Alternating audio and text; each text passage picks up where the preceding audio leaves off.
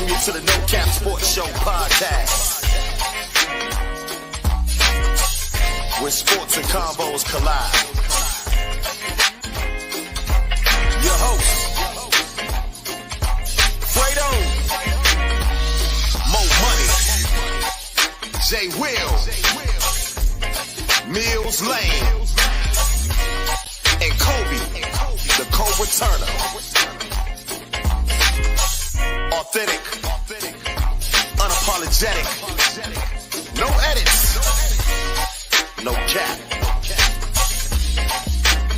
Let the convo begin.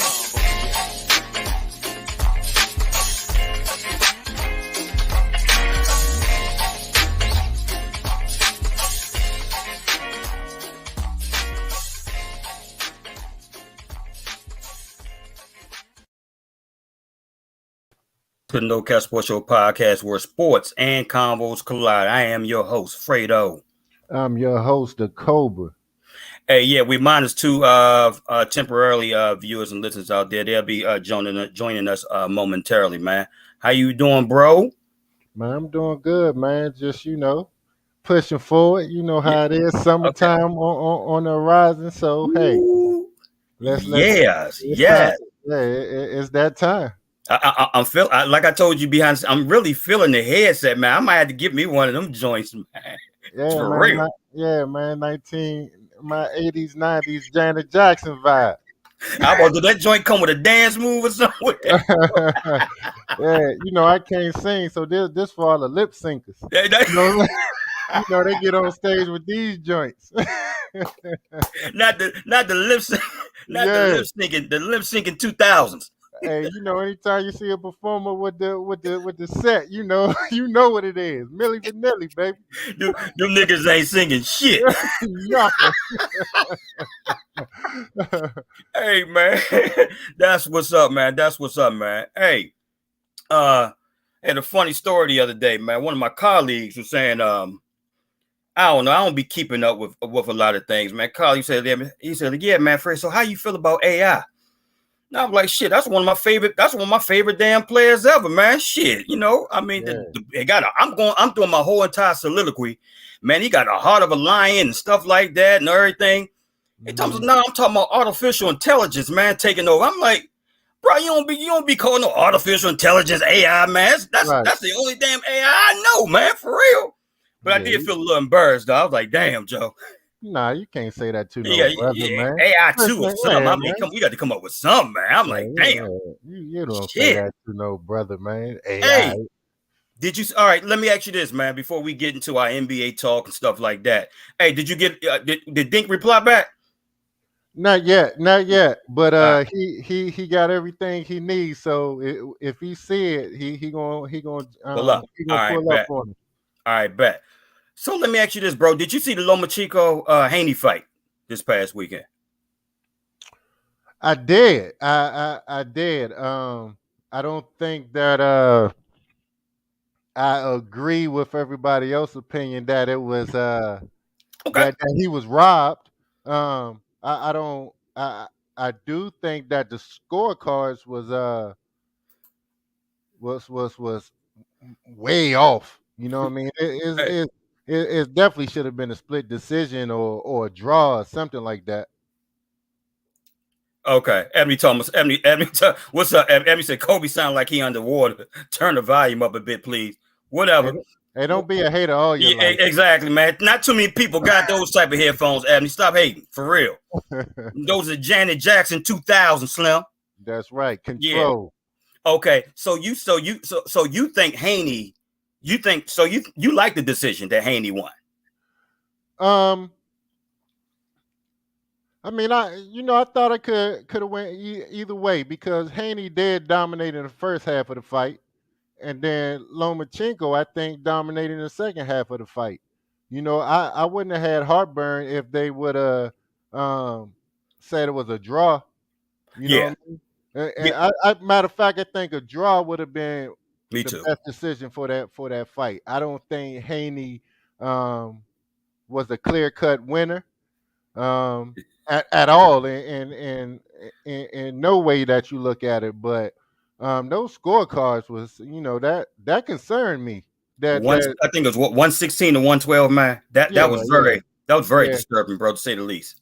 But that just show you the politics in sports. You got a young man who's an up and coming superstar, who's a champion, and Facts. and I know the boxing world is looking at the big picture. They see Haney and and at least two more like mega buster fights. You know what I mean? They probably thinking Shakur Stevenson. They don't want Haney to go into that fight with any blemishes on his record. And Fact, then they looking at Tank. They don't want him to facts. go in that fight with any blemishes on his record. Like Lomachenko had his time. That's how they looking at it. He had his time. He I was on agree. top at one point. He's older now. Let the new dog rise up and see what he can do. Okay, but did Lomachenko expose Haney? I think he did. Right. I think he did. And basically, by him exposing them, would you say Haney is ready for a Shakur Stevenson, let alone a Gervonta Davis at this point? Now I know styles make fights and stuff like that, but I want to get your perspective on that. I never, even before the fight, I didn't think Haney could see Shakur Stevenson. I just Yeah. didn't, because Shakur Okay. Stevenson, he's a perfectionist in the ring, and defensively, I mean, he's probably the best defensive fighter we've seen since Floyd, True. and he's probably a little more offensive than Floyd was. Well, at least in the second half of Floyd's career. Facts. So I think Shakur would pick him apart, and he's definitely not ready for that problem with Tank Johnson. I mean Tank Davis, not right now. You know what I mean? He'll go in there and get his butt knocked the hell out. Speaking of artificial intelligence, do you think that should be taken over soon when it comes to boxing in terms of just removing these human judges out the way? I mean, because something definitely needs to be done about that, man. As much as I love the sport of boxing, man, but like you said earlier, bro, it's these judges just take away from the sport. Not only these judges, but the promoters as well. But in terms of these fights that plain as can see, what I'm saying, that this particular person or this particular individual won, let alone a draw, but they go the other way with it, like we just talked about earlier, 116 to 112, man. What do you think? What I'm saying, what do you think that should be done about it? What type of idea like would you institute to change that? Well, I'm not a big fan of AI. I know that's the way of the future. I know He's that's not what talking about Allen Iverson, ladies and gentlemen. We are big fans of Allen Iverson, but go ahead. I'm right. sorry, bro. But I know that's the way of the future. I know Yeah, that's where we're heading in all things. You know what I mean? But I'm a big supporter of people having thank you. jobs, Facts. having roles and whatever. But I think in terms of judging and boxing, I think that there needs to be something put in place where there's more accountability for those judges to be fair and to make the right decisions. I think it's just too much trash in the game that's pushing these judges one way or another. You know what I mean? And that's all sports. We saw that funny meme with the basketball referee when who I can't remember who hit the shot, but the referee just looked so disgusted that he made the shot like, Hey, God yo, damn. hey, Yeah, Boston and Miami. yeah, Boston, Yeah, man, Miami, he like looked he this. was, yeah, he was so disgusted. He was like, man, this dude messing up my spread. Hey, Joe, he looked distraught, man. Like that, like he lost $50,000 on that shot. Yeah, yeah. So that concerns me when the human element is being pulled or pushed one way or another just because of gambling is big in sports, and you have The your mob. the mob and all type of politics and people's agenda. So Yeah. Speaking of that, man. So you've been checking out these NBA games, man. What do you think about the Boston Miami series thus far, man? um surprising. Surprising. I mean, I know Miami is a hell of a team. They're a hard-working team. They put their hard hat on and they go to work. Blue collar team. I think that Facts. they have either the number one or number two best coach in all of basketball. Um, but I just didn't think that overall they had the talent to be beating up on Boston like they are. You know, it's definitely surprising, but um, you know, this series not over. I'm still a little concerned. You know what I mean? Because if they go to Boston, then they come What's back up, to Jay Will? What's up, Miami. fellas? Jay Will, What's up, fella? and if they come back to Miami 3-2, that's a lot of pressure on Miami. You It know, is, man. to win that game. And I know they had a three. They had a 3-0 cushion, and they have a 3-1 cushion now. But I think that every game is a must win for them because they don't want this series to start getting tight and they feel the pressure. And then they let that talent of Tatum and Brown take over and come back and win this series. Facts. What you think? What you think, Jay Will, about the Boston Miami series? I think it's over, man. I think uh I think Boston just got hot. They just showed that they had the more talent. They finally showed that they had the more talent last game. Right. And it was just one of them games where we feel like they should have been having the entire series, but they finally just had one. And Tatum and Brown, bro, they just shown time and time again they ain't gonna do that every game. So once they have another game where they cool down, Miami gonna do the same thing they've been doing. The thing about Miami, bro, they so well coached, they so disciplined as a team. They gonna have solid games every game. You know what I'm saying? It's just a matter of this damn Ebony, man. It's just a matter of what's up, Ebony, man? Yo, Ebony crazy. Hey man, she on joke time, man. Ebony is crazy. But I feel like Miami, man, I slept on them for so long, bro. They're like, them boys are solid, man. They just got a bunch of blue collar guys who they just been waiting to have their chance. They finally got their chance and they showing that they belong, bro. I was surprised against Milwaukee.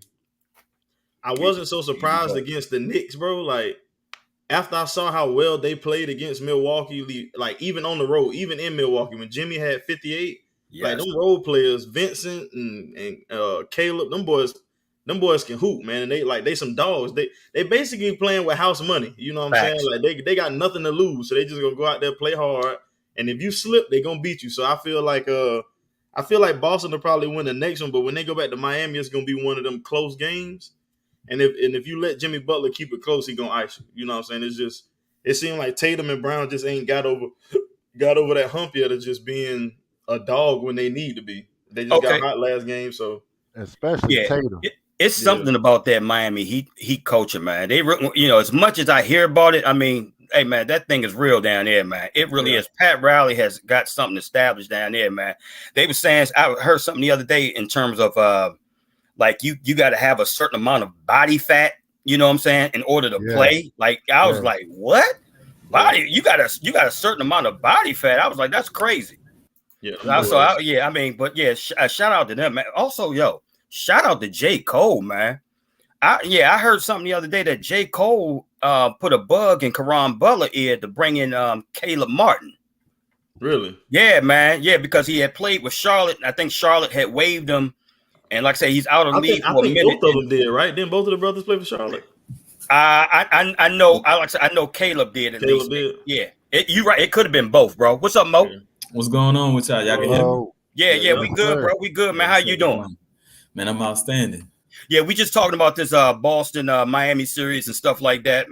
Being as though Miami's up 3-1. What do you think about it thus far, champ? Man, I think Joe Mazzulla is getting out coach. I'm pretty sure Boston wish there was a way they could get Ime Udoka back. Maybe they don't fire him. You know what I mean? Maybe you suspend him. Come on, man. It also brings back the fact that in the NBA, when you get to the playoffs, coaching matters. You know what I'm saying? Your adjustments, your situational awareness with timeouts, all of that matters. And then it also brings into the question with Boston. I've said it for a while, does Tatum and Brown work together? Because it's not a natural fit. They both kind of look to do the same things.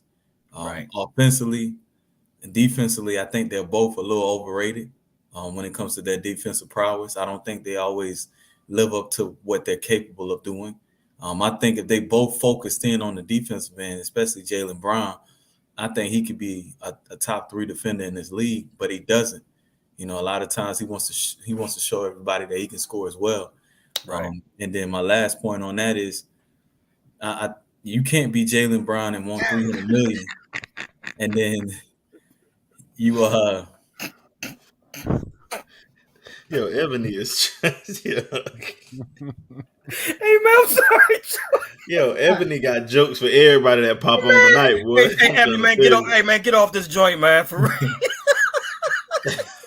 real. Not Booker T. Hey, Mo, it's a story behind that, Mo. He a barber, man. He's a known barber in Alexandria, champ. Oh man, the only Booker T I know is a wrestler. So I ain't from DC. Yeah, man. Hey man. Oh man, go ahead, bro. I'm sorry about that, champ. Yeah, you missed me with that one, Ebony. Right, exactly. It's just that I think they're gonna have to go get a big man to fit and complement Jason Tatum's skill set. Okay. So basically, they should go after Ayton, right? No. I was just throwing it out there. I was being funny like shit, man, for real. Yeah, nah. Ayton. Let me say this, guys. And you mentioned something more about Joe Mazzulla, and yeah, that coaching does matter. But let me tell you, I do agree with you. But let me tell you where I do get upset, right? Like the other day, I think when they got beat by Miami by 30, I think the third game, and they interviewed him after the game, and he was saying that this is on me. He took one for the team, and I didn't have my team ready. I immediately got angry because I can understand that you didn't have your team ready in high school, you didn't have your team ready in college, but come on, man, in the NBA, man, I mean, that's the player's responsibility at the end of the day. Your job as a coach is to put the game plan in there or what have you, and the team is just need to execute it. Am I correct? Yeah, these grown ass men, they supposed to be ready for this shit. Right. You don't take exactly. You know what I'm saying? You don't get them ready to cash that check on the 1st and 15th, do you? Right. So I mean, come on, man. That right there bothers me. What were you, Kobe? You looking like you don't agree? No, I do agree. I just think that I mean, everybody knows Mazzulla fault anyway. So come on, he didn't have his team ready. I mean, come on, bro, you shouldn't even had a job. And you know what I mean? You don't know how to put that talent that you have in a position to be successful or in a position to win. I think somebody said, I can't remember who, but they playing like they're an AAU team. They just come my out, turn, your turn. Yeah, they just walk out on the court and they just hoop with no type of direction. Yeah. And you can't in the NBA. The deeper you get into the playoffs, the more disciplined teams you're going to face.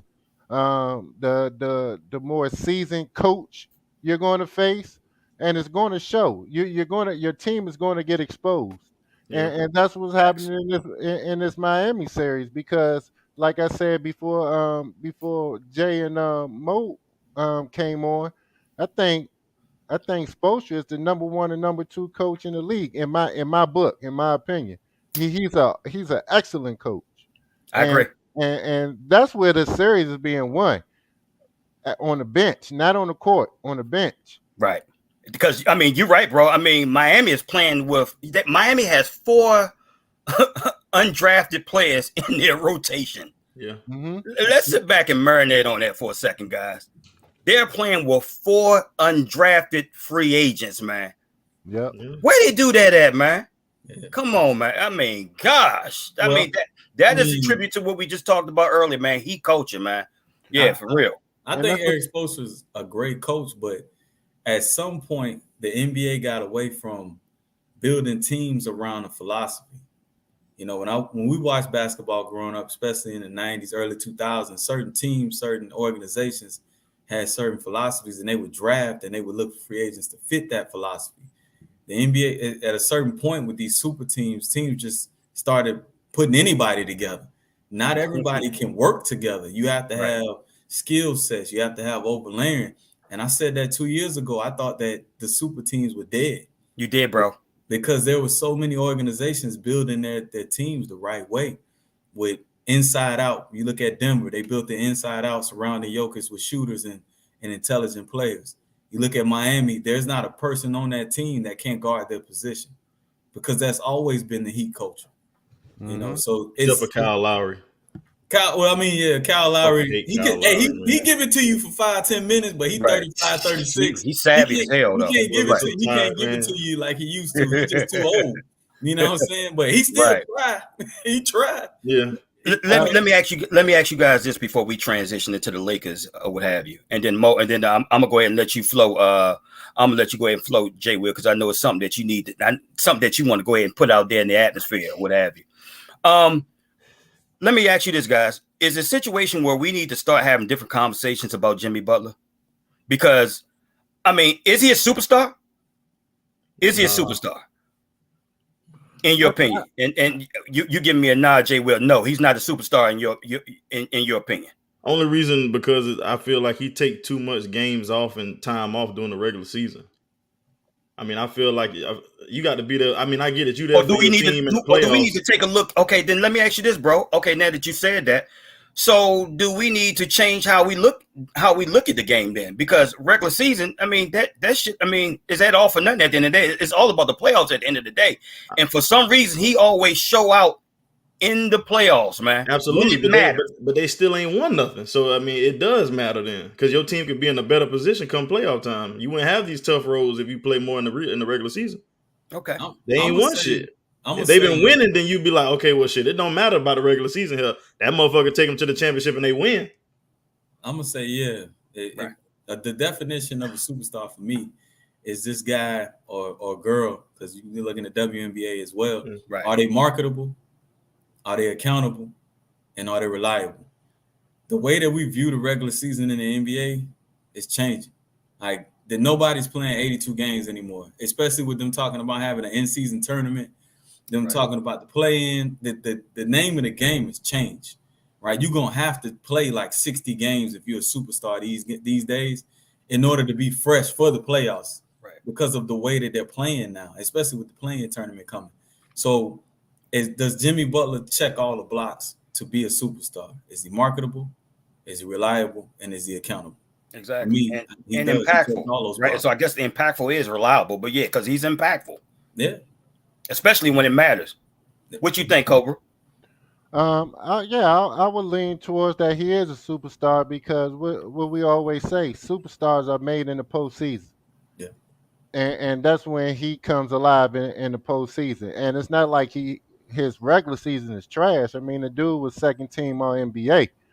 You know what I mean? And so what he does, the way he performs in playoff situations, and I get what Jay Will said that they haven't won anything, but who expected them to win anything with that roster? You know what I mean? I think that because of his superstardom, they're overachieving. You know what I mean? He's putting that team on his back. He's lifting them. He's making every player believe that they're better than what they are. That's a true testament of a superstar, when you can make the players around you better and make them believe they're better than that undrafted player that they are. And we've been seeing Jimmy do this since his Chicago days. This is not new. Jimmy's been doing this consistently year after year after year. And he's one of those guys that he's not just a superstar in the offensive end, he's a superstar in the defensive end. He competes and he brings that attitude, he brings that dog to a team. And I mean, I can't put him anything under a superstar. And I get it, there's levels to superstars. He's not KD, he's not LeBron, but he's still a superstar.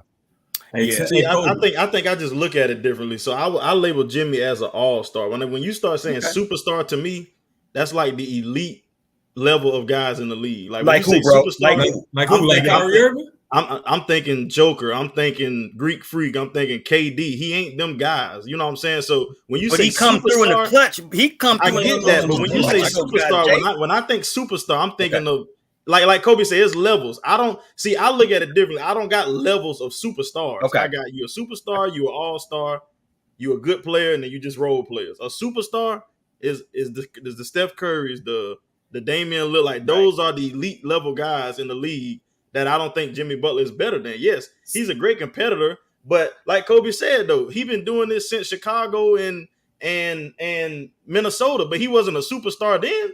He's been making people feel better. Why he wasn't? But bro, so Mo, he been a superstar since Chicago. Come on, bro. Prior to Jimmy Butler getting to Minnesota, they hadn't been to the playoffs since KG was there. Good question, but we not hanging our hat on making the playoffs, bro. That don't make you a superstar. Hey, you got it start from somewhere, Jay Will. You can't want to be a millionaire if you ain't got a job. Hey, I don't throw the superstar term around like that though. I don't. So that's why I disagree. I don't. Okay, Jay Will. I mean cut you off. Go ahead, bro. And it's called transcendent. Mm-hmm. Steph Curry, Joker, LeBron James, Kevin Durant, they're transcendent. A superstar is just a guy literally that you can build a franchise around, right? That's literally, they're a star among stars. And when Jimmy Butler go head to head against other stars, right, he killing them. Okay, we keep putting KD in this category. What has KD done since he left Golden State? Has he been to a finals? But that's the thing, though. But you can't move the goalposts. You said since he left Golden State, the man has championships, so you can't say that. The man has won. Okay, so the man won, and he was the best player on that team, regardless of what the backstory is about it. He was the best player on that team, and without KD, they wouldn't have beat Cleveland. So we can't go. So Jay Will, tell me this: if Jimmy Butler was on that Golden State team instead of KD, would they have won the championship? No, you out your mind. You out your mind. They the one. No. And like I said, I just I just think it's levels to it. Just like all these guys are all stars, right? Yes. So you got what? Right. 24 all-stars on about 24, 25. Because some people get snubbed, so you got about 25. Right, so you got 24 all-stars, all-star weekend that's on the roster, on the court, right? Somebody's the best out of the 24. Like I say, it's levels. You still gonna rate them 1 through 24, but at the end of the day, they all all-stars. That's just like you make an all-NBA team, or if you're in high school, you make all-Met. Everybody's first team all Met, but somebody's the best out of that group. You know what I mean? Jimmy Butler may not be the best out of that superstar group, but he deserved the right to be called a superstar. Okay, so I'm gonna tell you. So it's like this. So like you said, you got players that make the all Met. I'm assuming that's what they got up there in DC, right? Yeah. But then you got some players in the all Met that are ranked in the country. It's levels. Yeah, you all Met, but you ain't a top 100 guy.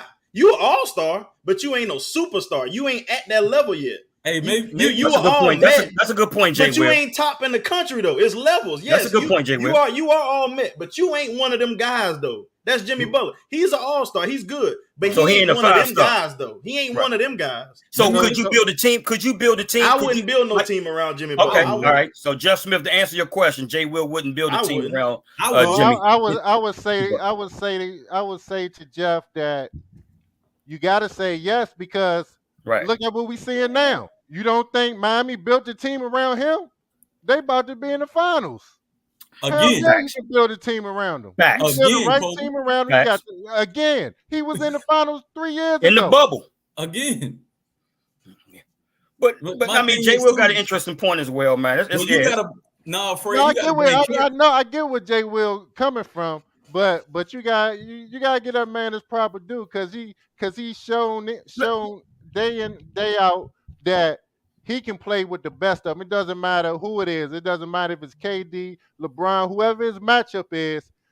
You know what I mean? He's not leaving off the court as chopped liver. They like, oh, Jimmy Butler is real. Like playoff Jimmy is a real thing. Playoff Jimmy, that's a real thing. Yeah, that's not some type of fantasy that people's making up. This dude is really out there putting in that work.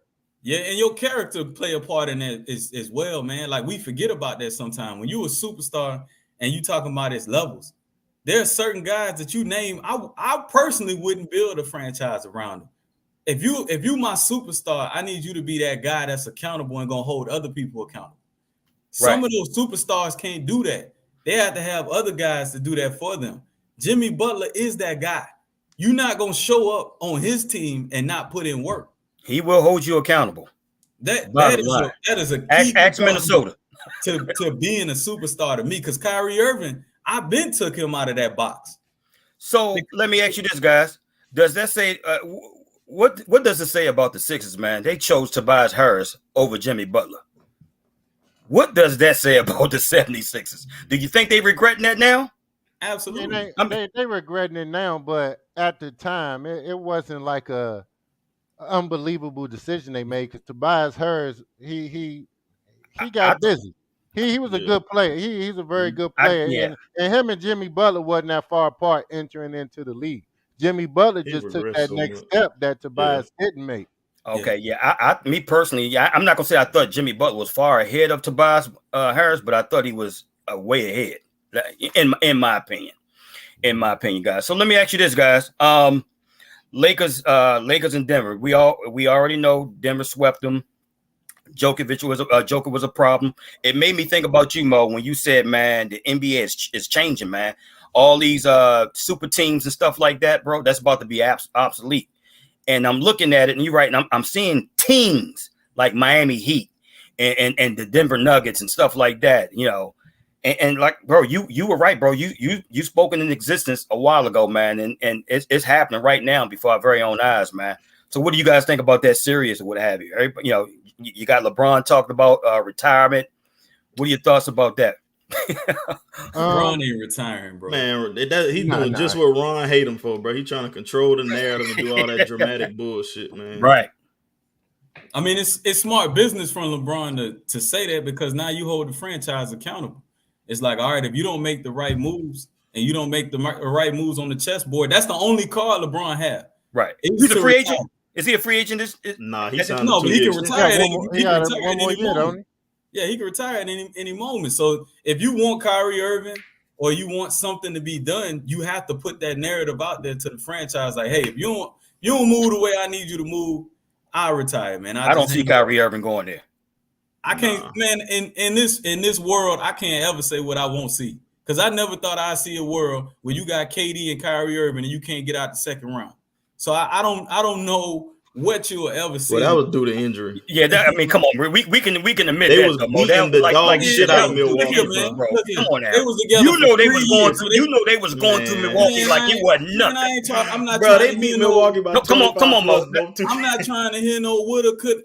Did they get out of the? They didn't, Mo. But you know what time it was. Your eyes don't lie to you Fred. at the end of the day. You saw what we all saw. 3 years, Fred. Yeah, I can understand the other two. You're absolutely right. But that first year with all three together and what Harden with the growing injury and Kyrie Irving spraining his ankle severely and KD out there just winging it by himself, which, you know, hey, was almost successful. I mean, come on, man. You take away, I mean, I'm not trying 3 to years. Yeah. Right. The 2 years after that, you're absolutely right. With all that other bull crap. If the shoe was on the other foot, that was LeBron James or any other superstar, we'd be killing him. I'm not giving KD no passes. I ain't giving nobody no pass. I don't know what's going to happen with Kyrie Irving. He's a wild card. He could very well take the vet minimum. You don't know what's going through Kyrie Irving's mind. So I can't. That's the one superstar or the one star. He's not a superstar to me. Right. One star, I can't tell you that I can predict what one Kyrie Irving will do because you can't. Nobody can. I don't even think Kyrie Irving know what he's going to do. Well, the thing is this, though. I mean, my thing is this. There's a lot of rumors that's saying that, yeah, they're going after Kyrie Irving. I'm like, well, okay. Last time I checked, Dallas owned his bird rights. You think Dallas is going to take D'Lo in a sign and trade package for a Kyrie Irving? And then not only that, you would have to give up Reeves. And then you had to give up probably Rui Hachimura. You're going back in the same damn situation that you was before when Julius Randle and you know what I'm saying, all those other guys that were there, what have you, that got traded for Anthony Davis. So do you want to do that again? Well, my thing is, Fred, with that, you can't say what you accept. Is either Kyrie Irving going to leave or you take D'Angelo Russell. You either get something back or you get nothing. Yeah. Dallas don't really control the narrative here, man. Kyrie Irving is a free agent. 1 more year. Yeah. He can do whatever he want to do. You either get these 3 players or shit, you get nothing. You get nothing. You get D'Angelo. So let me ask so Phoenix got a better package it would have. Let's just say they're offering 8 and stuff like that, right? They already Dallas is already looking for a rim protector as it is. So if they are in love with 8 ain't that. Huh? Yeah. 8 ain't no damn rim protector. Bro, I don't think he is neither, but that's what all these aficionados are saying. I don't think they some jackasses. You can look at the you numbers don't even and want to the know my thoughts about Ayton for real. You don't even want to know my thoughts about it. Was that's Kyrie enough stuff. Irving at a Phoenix game? Was he Nah. at one Phoenix game? He was at every damn Laker home game. What the hell? What does that mean, Mo? Hey, that don't mean him anything. and Trae Young. I've been hearing a lot of Trae Young. Yeah. rumors. Hey, that mean a lot in the NBA, man. That if you read Man, the tea leaves, the players telling you where they want to go. But man. you just sat there and said you don't know. You don't. The key is Kyrie Irving. Yeah. You don't know what you're gonna get. You don't No, know you what's don't. what at the You end of really the don't. day. Nah, you don't. What you think, Cole? I mean, what we do know is Kyrie been trying to get in LA for about a year and a half now. Yeah. We do know that's a fact, and we do know that LeBron James won him in LA. Yep. So that we know.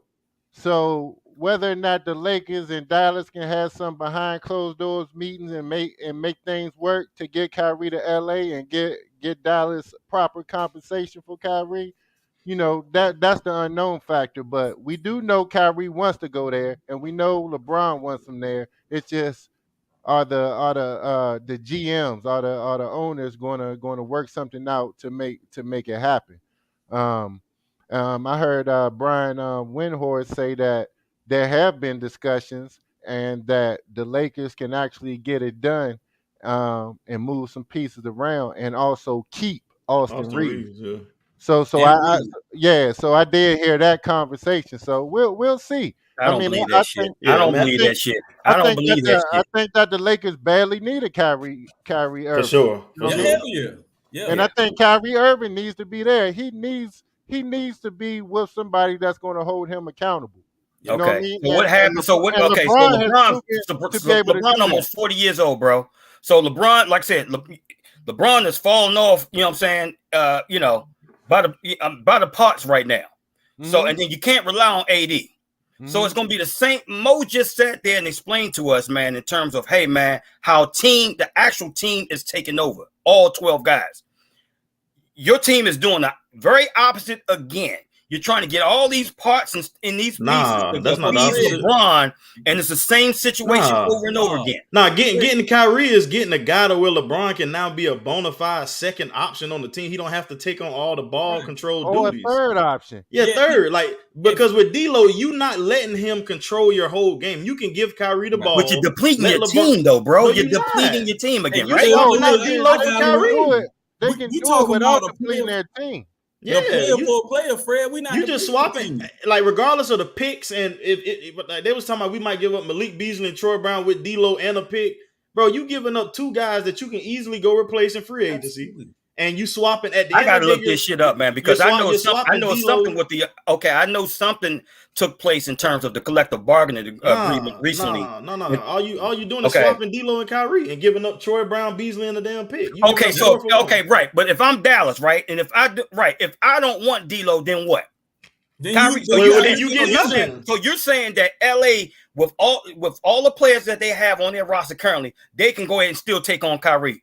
Absolutely. yes, absolutely. Because Dallas is I going to look think at it as you guys may want to Dallas look at that Dallas collective going to look bargaining at it agreement. I as just we're want going to to make put all sure. our eggs in one basket for a year, and if we don't win, Kyrie is walking, and we're going to get shit. Now we got to start over. If we can get three guys, I and a draft pick think for you guys one, may why be not? wrong, You man. still got I'm Luka. telling you, I just saw it today. with the luxury tax and stuff like that, I'm Yeah, telling you that has Windhorst changed went in the on, new collective bargaining agreement, man. Windhorst They'll went have on to live and move said a it's couple possible. dollars He looked at around. all the contract numbers. Yeah. Okay. Well, I mean, Fred, that don't affect them this year. It affects them going forward. That's what the luxury tax is. That every year you're a repeater, it gets more punitive every year that you're going up. The Lakers aren't at that point yet. It really affects teams like Golden State. Golden State, yeah. Who been a repeating offender and they just been getting away with it. It's like a repeater tax, right? Yeah, Right, but the Lakers Golden aren't State, there yeah. yet. And they won't get there because of the way that the timelines are structured. AD will With their come off the contracts. books here in the Yep. season. LeBron will come off the books in the In 2 season. years. So In right 2 now, years. it's advantageous for the Lakers to take a chance on Kyrie Irving. I'll agree. But with Kyrie wants a 4-year guaranteed deal, though, bro. I do that, man. I do that. So you Fred. do that, and him and AD. So okay, but then I'm looking at Kyrie. So why would I do that then? So if I know that LeBron and AD, if LeBron is probably there for another 2 years or what have you, right? And AD is on his last, you don't know what you're gonna get from AD. I mean, I'm not understanding how that adds up. Hey, you thinking about it as Fred. You got to think about it as Kyrie. Kyrie Irving feel like he one of the best players on the planet. Whether he got LeBron, whether he got AD, whether he got me, you, Cobra, and Jay Will. He feel like I can win. You feel what I'm saying? So I don't need LeBron. I don't need Okay, so AD. y'all giving him a I can win 4-year, with $200 million guaranteed contract. I'm giving them the money. Absolutely, Okay. 100%. And if I'm the GM of the Lakers and I just watched the series against Denver Nuggets and I saw what Come Jamal on, man. Murray was doing, Yeah. Lord have mercy. I'm picking up my phone like, Kyrie, what's up? Yeah, not Yeah. not only what Jamal Murray was doing, what D'Lo was doing. Like we lost that series essentially with no point guard play. Like Yeah. LeBron and AD was having great games, bro. Like AD had a couple bad ones, but he still affected the game enough to win because we blew 3 straight. The last 3 games we was up by 15 plus and lost all 3 of them. Yeah. So it comes down to LeBron is getting older. He can't take over the game like he used to. He can still help you win a game for sure in the fourth, but not Right. like he used to. Not So consistent. if D'Lo just plays a tad bit well to not even match, we don't want you to match Jamal Murray. Just counter it just a little bit. We win those games. Look at what he did against Memphis. He Man, played that man great can't against stop Memphis. a parked car. No, He we ain't can't talking guard about him stopping it. We just give us He someone can't even offensive guard it. end. Yeah. Bro, you out here shooting 1 for damn 13. We Hey, can't do nothing with that. he might not can guard him, Fred, but he can definitely match him. That's what You I'm know what I saying. mean? So if he's not doing that, if he's freezing up, if the light's too big, we don't need D'Lo. We need a guy like Kyrie who's proven he can play in them lights. But to answer your original question, I don't think LeBron made that statement about that whole retirement shit as to put pressure on the GM. I think he did it because his ass got swept and he didn't want to get talked. Now we're not talking about the Lakers being swept as much as we talking about LeBron retiring or if he leaves the Lakers, what team is he gonna be on next? That narrative shit. Because Yeah. the reason why I say he ain't retiring, bro. If he retires, I saw something today. If he retires, he leaves $100 million almost on the table with the Lakers. He signed a 2-year extension. He get $50 million next year, 47 the next. That's $97 million you literally forfeit if you retire. So even though he don't need $100 million, but that's $100 million you leaving on the table by walking away when you know you can still produce in the league. So it's highly unlikely that he gonna retire and just throw away $100 million just to try to prove a point to the Lakers. Okay. But look, I'll say that. I'll say this: LeBron is he just finished his 20th season, Right? He's 38 years old. He'll be 39 when the season starts next year, right? When you at that stage of your career, you always have to take that all season to consider what your move is next season. I mean, that's just you just have to. Whether you still can play at a high level or not. It's just once you get to that age and you putting all that toll on your body and then the physical toll of an 82 game season, and then you going in deep runs in the playoffs, you know what I mean? You have to sit back and consider, like, do I really want to go through this again? Right. You know what I'm saying? Can I withstand all of this physical push and pull every for another season or for another 2 seasons? So you have to consider it. So I think it was a real thing, especially if you just finished a grueling playoff run where you played injured most of the playoffs. You know what I mean? That foot just or ankle, whatever it was, just never got right, and he kept tweaking it. You know what I mean? And then you mean you're 38, 20 years in, and they still asking you to be the number one guy and put the team on your back and take us in. That's a lot for one player. That's a lot. I mean, he's been trying to get a keys to somebody else since 2015. He tried to get a keys to Kyrie. You know what I mean? And he tried to get a keys to AD. It's like, you know what I mean? They just want to borrow the car. They don't want to keep it. You know what I mean? Here your keys back, LeBron. You know what I mean? He's been trying to take a step back, but he can't. Name one player that's been in the league like that long and has the responsibility that he has. You can't name one. We've never seen this before. So that's why I'm like, all this criticism on LeBron, you know what I mean? They lost to the Denver Nuggets. First of all, nobody even thought they was going to make the playoffs. Facts. You know what I mean? They lose in the Western Conference. LeBron. Come on, bro. They in the Western Conference Final when they started the season, last place in the West. Yeah. Right. And you talking about a dude he's one of the elder statesmen in the league. He's not even supposed to be doing what he's doing right now. Now we're gonna criticize it. To me, you got to sit back and just enjoy it because we're not going to see this too much longer. You know what I'm saying? Enjoy what this man is doing. Let's stop criticizing and talking about he should have did this and did that. Who you know did this and that year 20, age 38? We don't know nobody but No. LeBron. That's true.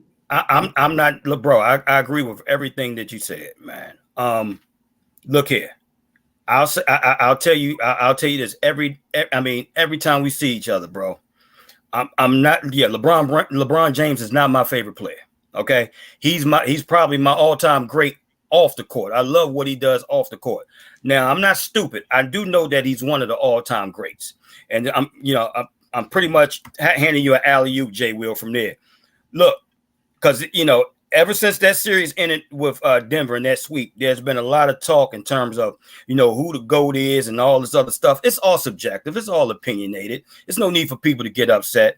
But like I said, me and everybody asks me, I'm going to stick to my guns. It's no disrespect to LeBron in terms of I watch both play.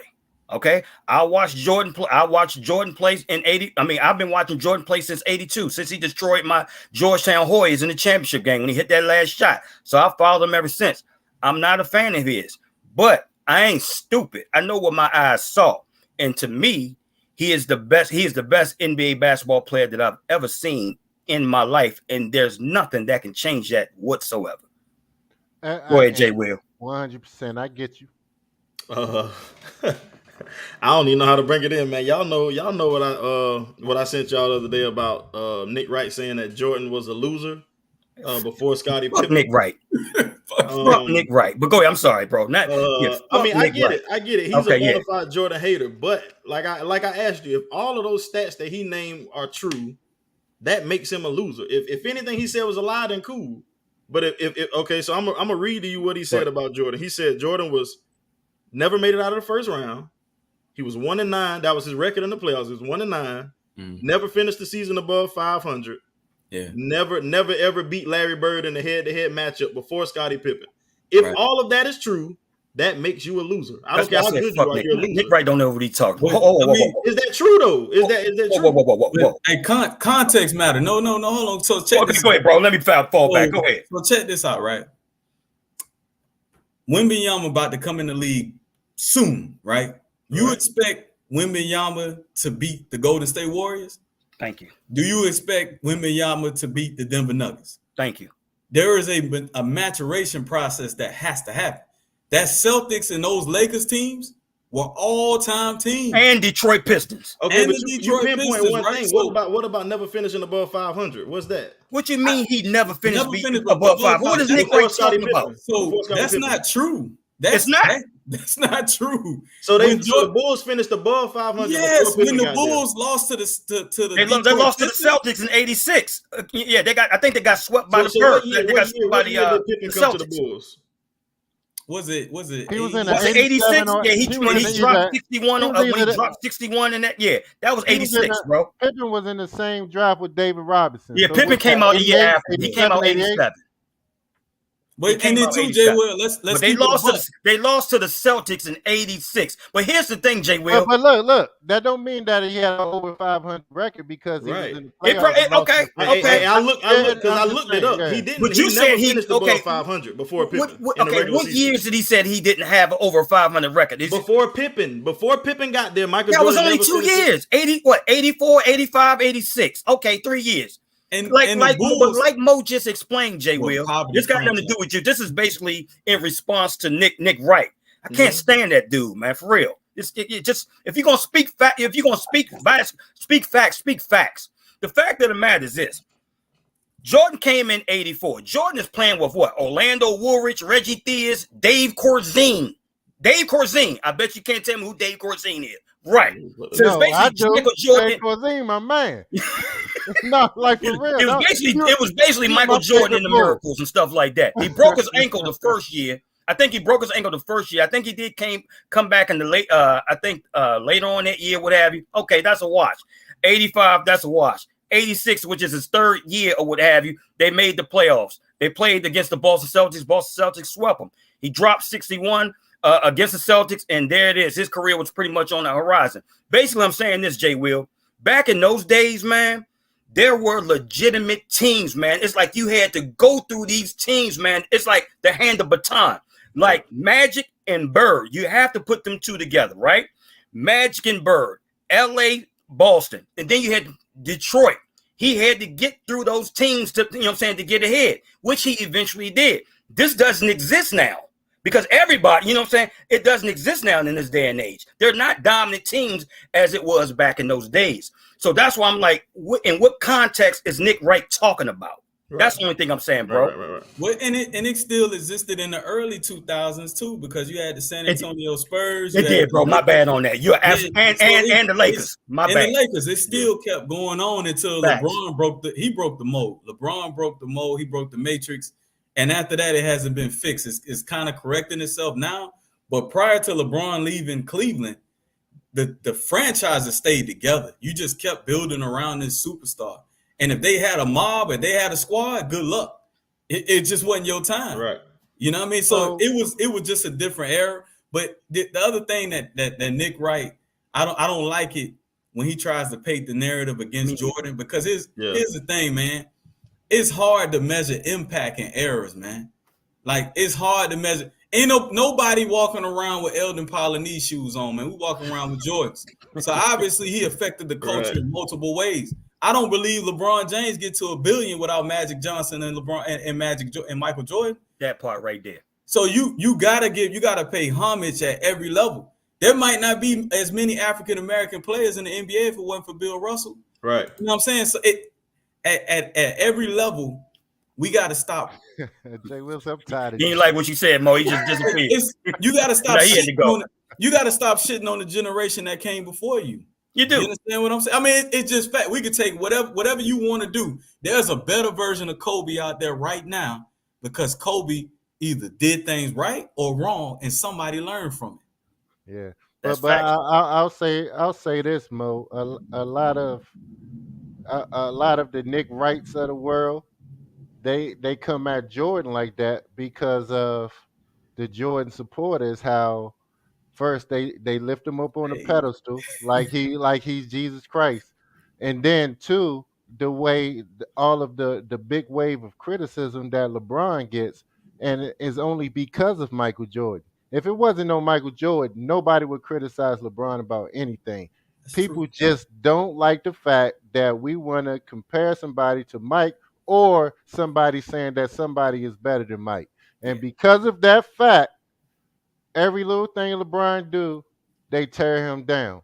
That's and one thing you gotta give LeBron props for is Jordan didn't come into the league with expectations. Nobody knew he was going to be as great as he did, right? No, bro. No. You know, I think Fred, you mentioned earlier that, Mo, you did, that you're not expecting like Wembanyama to come in and take a team to the championship and do this and do that. But guess what? They expected LeBron to. They did. You know what I mean? They did. They put that type of unfair pressure on him as a teenager. Or did he put that on himself, Kobe? Did he put that on himself? How? The chosen one? I'm just asking a question. They made him James the chosen one. Sports Illustrated made him the chosen one. He didn't do it. He was 15, 16 years old. Hey, hold on. I got you, Kobe. So when Harold Miner was called Baby Jordan, did he put that on himself? LeBron was like the first one to live up to the expectations that the media placed on him. And he has. And I think that's you're right, Mo. I think that's the conversation that we all need to have at the end of the day, and that we all need to be on the same page. No matter all the comparison to Jordans or what have you, man, it's subjective. It is what it is. At the end of the day, this guy LeBron James has exceeded all expectations, bro. Bottom line, no matter if you like it or not, you may not like the narratives that he puts out and all this other stuff that comes with it. Hey, man, that's just the way that's just the way the world is right now with the media and stuff like that. Yeah, there's a lot of things I don't like, but look here, man, my eyes don't lie, and my eyes do tell me that he's one of the best players that ever played the game. Bottom line, 100%. And before LeBron became the player that I put at the top of the mountain, everybody who know me know I was a Jordan guy, 100%. Okay. You know what I mean? But I think we had this conversation the other day, Fred.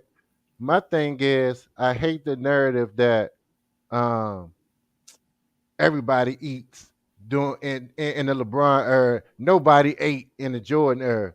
But guess what? In the LeBron era, there was more people at the dinner table, if Right. you ask me. Because one thing, Michael Jordan was the first What's of up, his kind. family?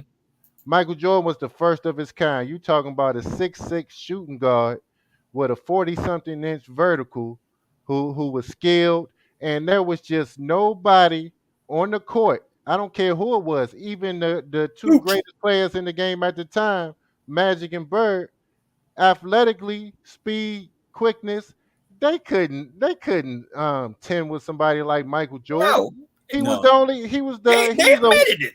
he was a one of one. And the Yeah. only one close to him, the only other prototype like him was his teammate.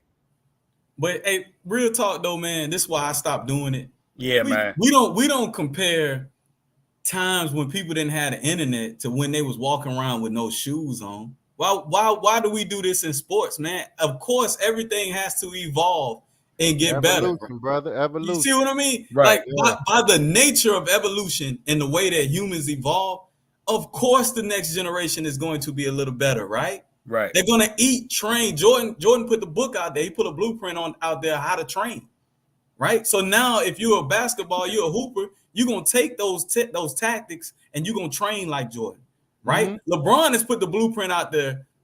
I'm pretty sure the NBA is in the best shape that I've ever seen it because players have bought into fitness because of the way that LeBron carries himself and the way that he treats his body. Also, Brandon.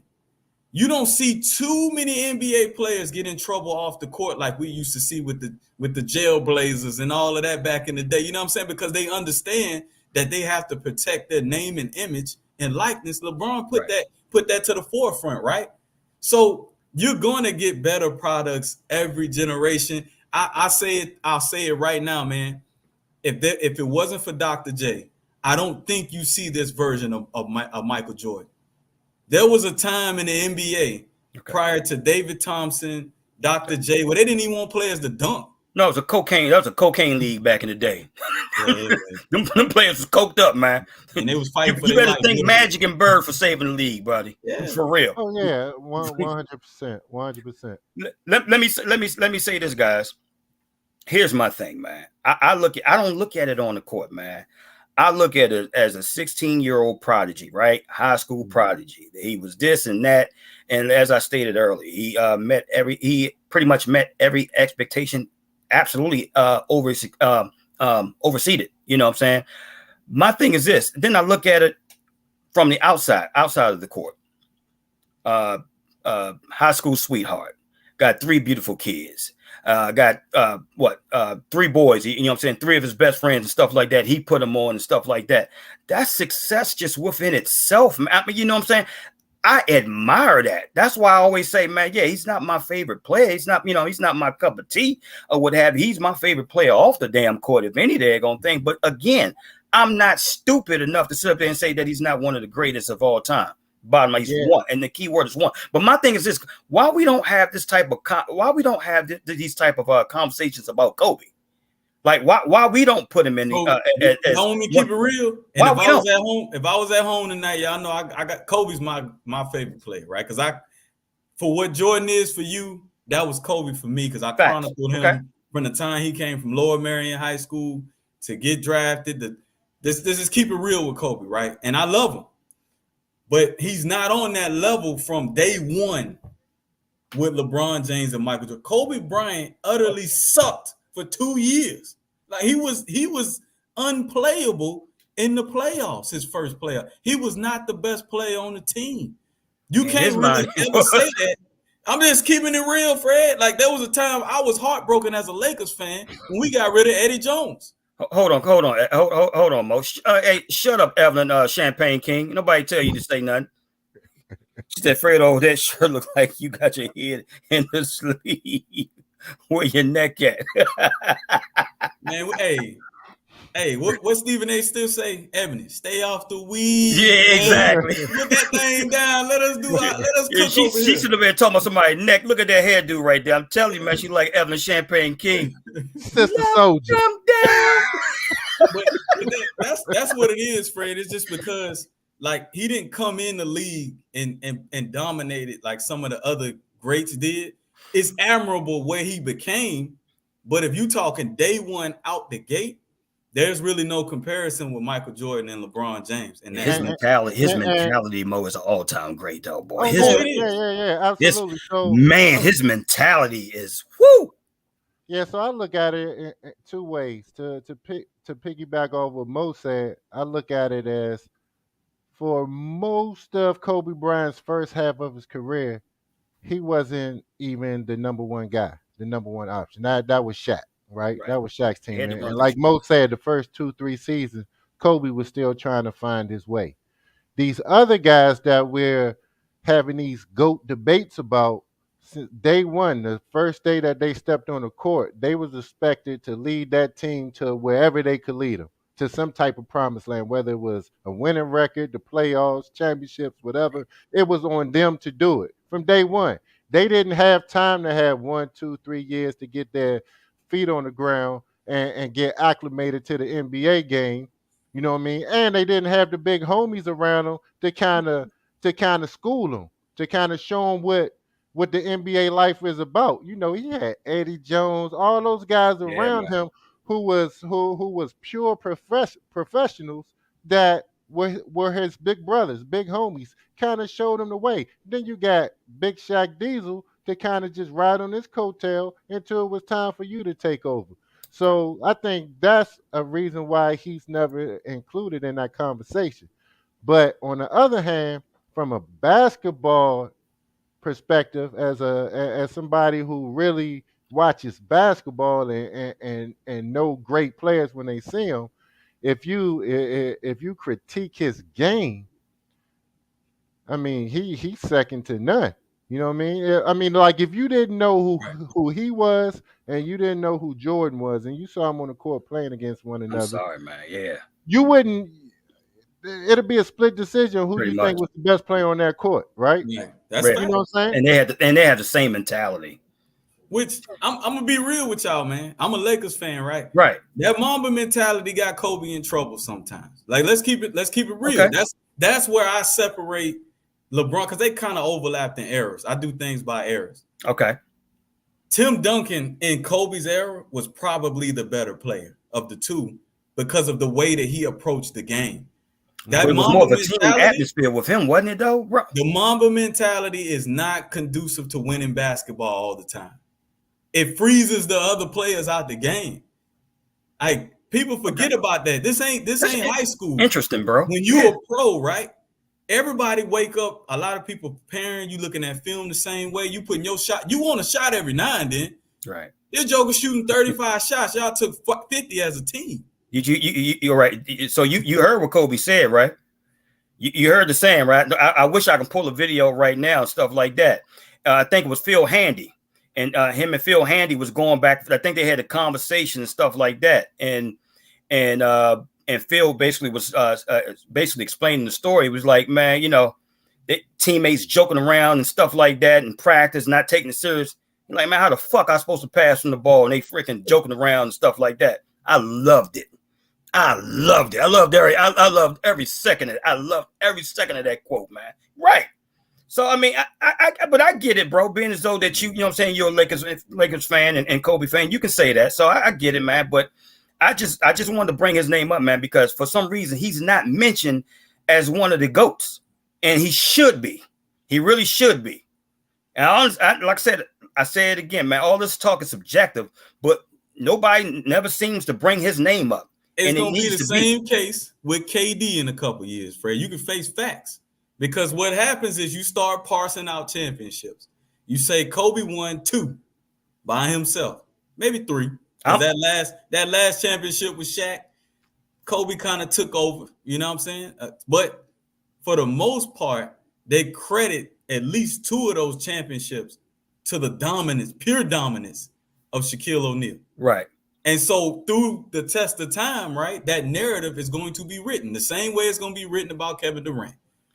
As we continue to tell the story of basketball, and as he continues to lose, whatever the circumstances, I don't care, it's irrelevant. Because over the test of time, only yourself, me, and Kobe are going to be able to tell the next generation the story. They're going to look at statistics, and eventually our generation is going to die out, and then it's just going to be stats. Right. This is what Kevin Durant did before he got to Golden State. This is what he did after he left Golden State, and the narrative will be written that he only won those championships because he went to a team that was ready-made. It's the same with Kobe and Shaq. I know the truth. Right. I see it. I knew that Shaq needed Kobe to guard a Reggie Miller, that he needed Kobe to guard a Jason Kidd, or right? Allen Iverson. Allen, not well. By that time, I think Kobe was there. I think Kobe kind of, Shaq was good in that series, but Kobe did his thing too. But prior to that, Kobe had a vital role. But as we look at just pure stats and time, that's the narrative that gets painted. And you know what I mean? It is what it is. Right. All right. Look, guys, that great. Hey, man, great points, great perspective. Hey, before we head on out of here, man, I got to ask you guys this, bro. Obviously, we were off for 2 weeks, and we found out, yeah, Mo had to put his head back. Hey, Mo, you got to put it out there, bro. Look here, we are aware of Ja Morant's latest transgression, man. The second incident, playing around with them goddamn guns, man. Look at Uncle Mo, Uncle Cobra. What advice would you give him, man? What free game would you give him, bro? If you had to talk to him right now, face to face. Man, this tough, man, because yeah, sometimes we talk about these athletes and we have like no real connection, so you can pretty much just say what the hell you want to say, because you will never run into them. You know what I mean? You'll never see anybody that knows somebody that word might get back to them. That's not the case with Ja Morant. Like, so what I would say and what I have said is that you got to understand, man. One, you are a trendsetter. You know what I'm saying? You're supposed to be an example for the youth to follow, for the youth to get out of Sumter County. You understand what I'm saying? Yeah, guns are prevalent. Violence is high. It's one of the most violent counties in the state. Like, a lot of people don't know that. So it ain't. Don't paint the picture that Ja Morant just grew up in this rosy environment, because Sumter County's murder rate is right up there with some of the big per capita in the state of South Carolina. Okay. So there is guns, there is drugs prevalent around you, but everybody protected you and shielded you away from that so that you will never have to brandish a gun, because there's enough around you that'll do that. Not that I condone violence. That's one thing. The second thing is, man, you're going to have to change your inner circle, because they're going to mess around and let you trick off this money, man. Say it again, Mo. It's too much money at stake. Memphis is a very violent place to be. So the ownership is keeping that in mind, and they don't want anybody that's going to be tied to violence representing their franchise. So just tread lightly. Take a look at your inner circle. There's some guys in there that ain't for you.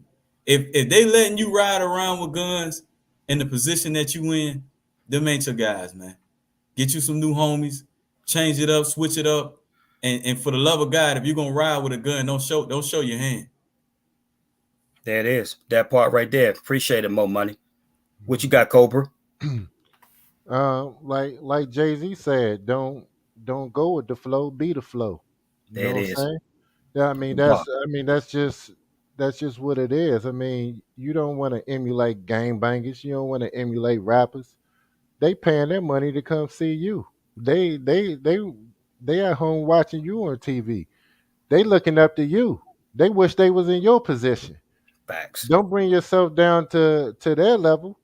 Where they at is where they at, because that's all they can be at the moment, or that's what life has brought to them.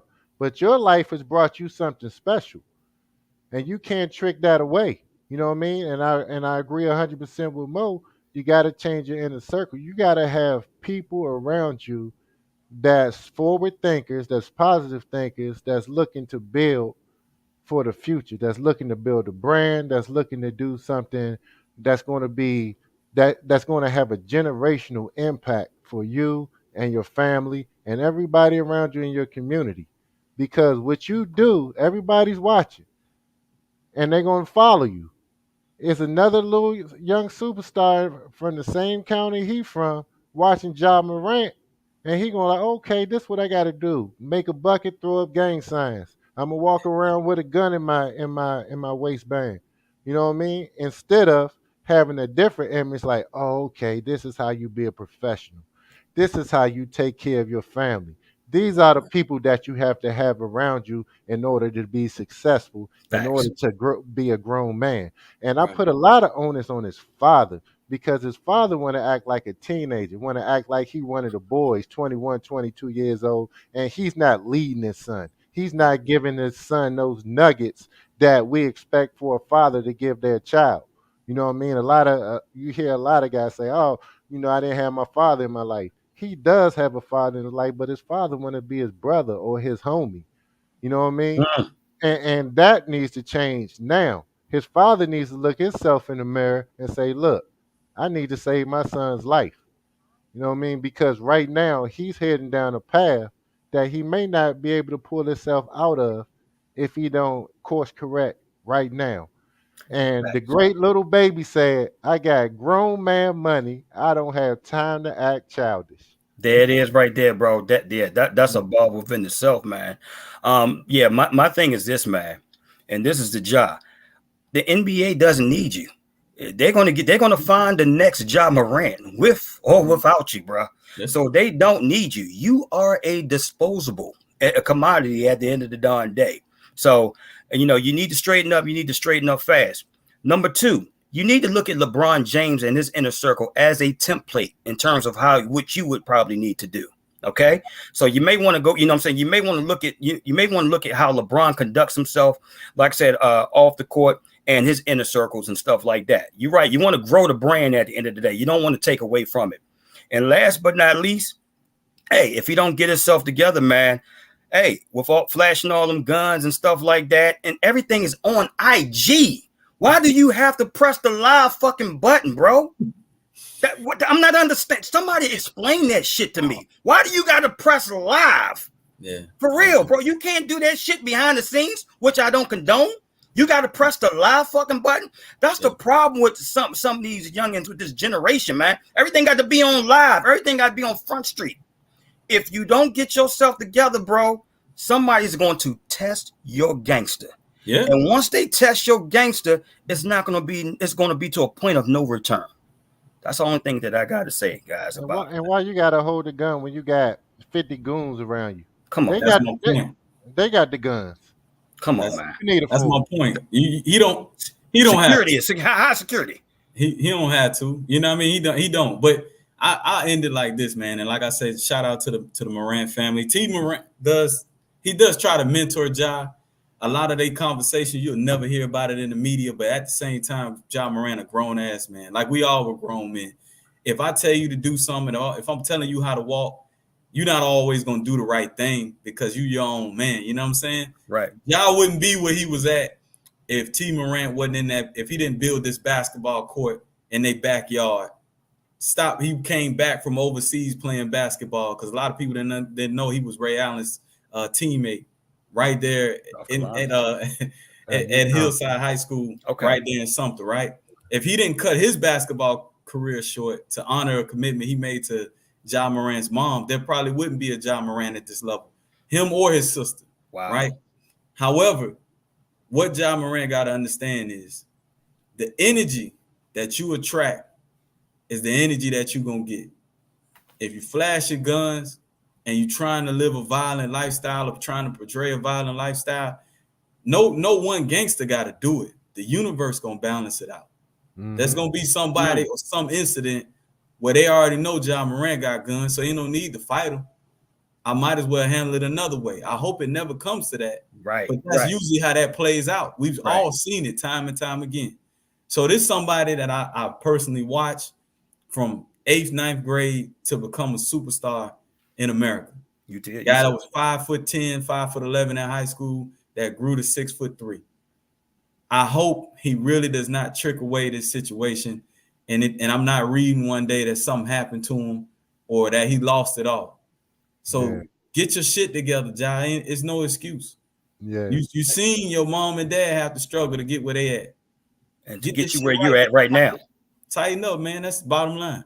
Yeah, and he's just grown, but he's still a baby though. He grown, Yeah. but he's still a baby, and I think the NBA should seriously think about bringing back, because I think at one time they had mentorship programs. They do. They need to for bring the some NBA. vets. Right. So it had to be some vets in the league, Right. about to retire, or older statesmen in the league that's able to get in these guys' ears, put their NBA has to do that. Yep, put their arm over their shoulder, like, look, bro, this is how you But do you it. know what though? You know what, Cobra? Hey man, Trace McGrady's been saying this, man. He said this a couple of years ago. He said, man, it's something about that team, man. He said they need some vets. They do. You know, he said the way I'm looking at them, it's just something's just not right. They seriously need some vets, man. But on another note, like I said, Stop I knew doing it the goddamn Soul Train line before you walk on the court.